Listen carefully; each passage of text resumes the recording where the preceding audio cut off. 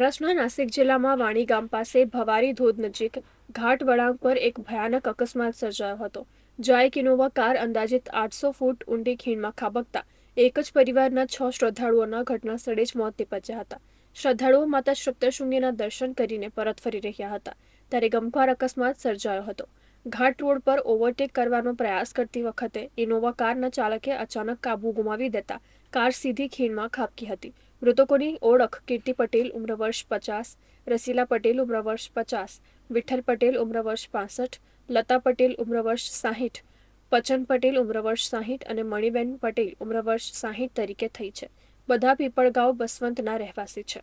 અકસ્માતની માહિતી મળતા જ પોલીસ, સપ્તશૃંગી ગઢ ડિઝાસ્ટર મેનેજમેન્ટ ટીમ અને ગ્રામ્ય પરિષદના સભ્યો ઘટનાસ્થળે પહોંચ્યા હતા. કાર જ્યાં પડી તે સ્થાન અત્યંત જોખમી અને લગભગ ઊભી 800 ફૂટ ઊંડી છે, જેના કારણે બચાવ ટીમ માટે નીચે ઉતરવું મુશ્કેલ બન્યું છે. મૃતદેહો હજુ સુધી મળી આવ્યા નથી. સ્થાનિકોએ જાહેર બાંધકામ વિભાગ પર ગંભીર બેદરકારીનો આરોપ લગાવ્યો છે.